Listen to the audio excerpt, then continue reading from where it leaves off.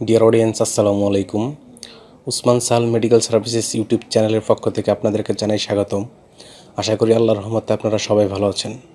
বন্ধুগণ, আজকের ভিডিওতে মাথা ব্যথা বা মাইগ্রেনের ব্যথা ও সাধারণ জ্বর দূরীকরণে অত্যন্ত কার্যকর একটি মেডিসিন এবং মেডিসিনটির নাম, দাম, গ্রুপ বা জেনারিক নাম, প্রস্তুতকারক কোম্পানির নাম, খাওয়ার নিয়ম এবং এর সাইড এফেক্টস বা পার্শ্ব প্রতিক্রিয়া সম্পর্কে আলোচনা করব। তবে ভিডিওটি শুরু করার আগে আপনাদের প্রতি অনুরোধ, আপনি যদি আমার চ্যানেলে নতুন হয়ে থাকেন তাহলে অবশ্যই চ্যানেলটি সাবস্ক্রাইব করে লাইক, কমেন্টস এবং শেয়ার করবেন। বন্ধুগণ, সাধারণ জ্বর, মাইগ্রেনের ব্যথা বা মাথা ব্যথা দূরীকরণের জন্য আমরা অনেক সময় বিশেষজ্ঞ ডাক্তারের শরণাপন্ন হই এবং ডাক্তারগণ তাদের পরামর্শপত্রে যে ওষুধটির কথা লিখে থাকেন তার নাম হলো নামিটল ট্যাবলেট, যেটির মাত্রা 200 মিলিগ্রাম।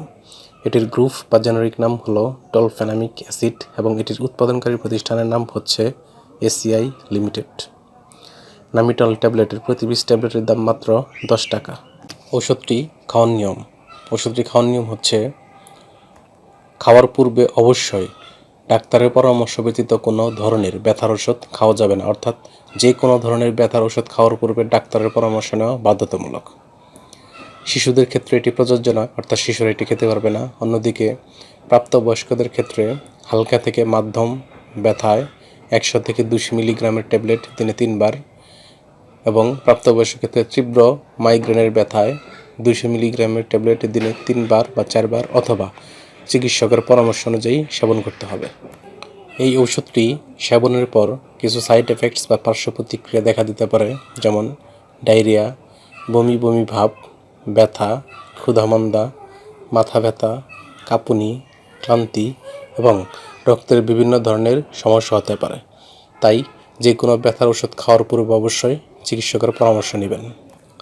গর্ভাবস্থা এবং স্তন্যদানকালীন সময়ে এটি খাওয়ার পূর্বে অবশ্যই চিকিৎসকের পরামর্শ নিতে হবে, কেননা এই সময়টি অনেক ঝুঁকিপূর্ণ এবং যে কোনো ওষুধ খাওয়ার জন্য চিকিৎসকের পরামর্শ নেওয়া বাঞ্ছনীয়।